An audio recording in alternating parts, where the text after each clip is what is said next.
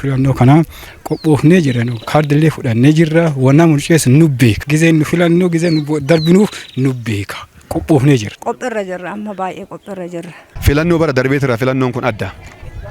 Maaliif addummaa qaba? Yeroo Oromoon ofii isaatti of filatudha. Dhugaas hin jedhe yeroo Oromoon ofii isaatti of filatu. Xiqqaa guddaa doon jenne kaardii isaanii fudhatanii filannoo kana filachuudhaaf filannoo kanaaf qophii. Filannoo kana keessatti dimokiraataa taasisuudhaaf duraan dursa filannoon dimokiraataadha jennee fudhanna. Dimokiraataa ta'uun isaa filannoo waraqaa kaardii nama dhuunfaa harkatti kennamee fi abbaan kan fedha isaa irratti hundaa'ee dhaqee akka filatu carraa uumamuun kun dimokiraataadha. Bakka filannoottis tasgabbii fi haala qulqullina qabuun filannoo san akka raawwatan nutis cinaan dhaabbannaa nutillee ni filanna.